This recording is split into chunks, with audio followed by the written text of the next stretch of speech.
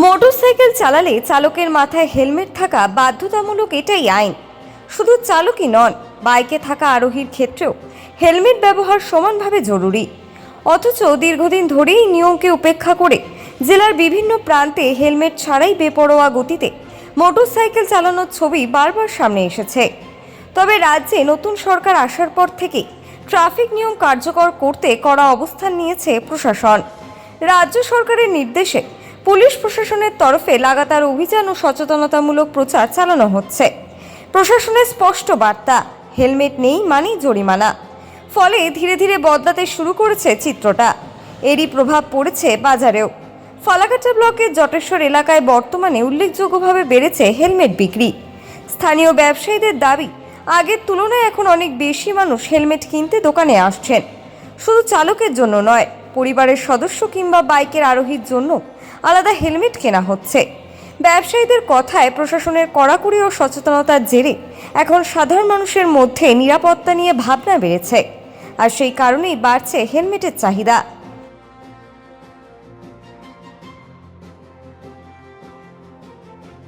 দেখুন, ঘটনা হচ্ছে হেলমেট তো পরে গাড়ি চালানো সবথেকে ভালো, আমাদের জীবনের দুর্ঘটনার থেকে বাঁচার জন্য সবথেকে ভালো। সংবিধানের আইন অনুসারে 194D ধারা অনুসারে আমাদের সকলকেই, 4 বছরের উপরের বাচ্চা সকলকে আমাদের হেলমেট পরতে হয়। তো আমার মনে হয় বিগত দিনেও আইন ছিল, কিন্তু আইনটা বলবৎ ছিল না, সেভাবে হয়তো কড়া পদক্ষেপ আমাদের প্রশাসন নেয়নি। আমাদের নতুন সরকার এসে এটার একটা পদক্ষেপ নিয়েছেন, আমি সাধুবাদ জানাই আমাদের এই সরকারকে। এর মধ্যে এতে আমরা দেখতে পারবো কি যে আগামী দিনে যারা হেলমেট পরিধান না করে যারা হেলমেট বাইক চালায়, যারা অ্যাক্সিডেন্ট হয়, তারা মাথায় যে চোট পেত সেটার থেকে এখন হয়তো যারা হেলমেট পরে বাইক চালাবে তারা হয়তো সেই অ্যাক্সিডেন্টের হাত থেকে নিজের মাথাটাকে রক্ষা করতে পারবে। এবং আগামী দিনে আর মায়ের কোল, যারা ছোটো ছেলেরা আছে যারা খুব হাই স্পিড বাইক চালায়, তাদের যেমন মায়ের কোল খালি হয়ে যায়, সেই মায়ের কোল যেন আর খালি না হয়। আমি এই প্রশাসনকে সাধুবাদ জানাই যে হেলমেট যেমন চালক এবং চালকের সাথে যে বসে থাকবেন তিনিও হেলমেট পরে থাকবেন বাইকে।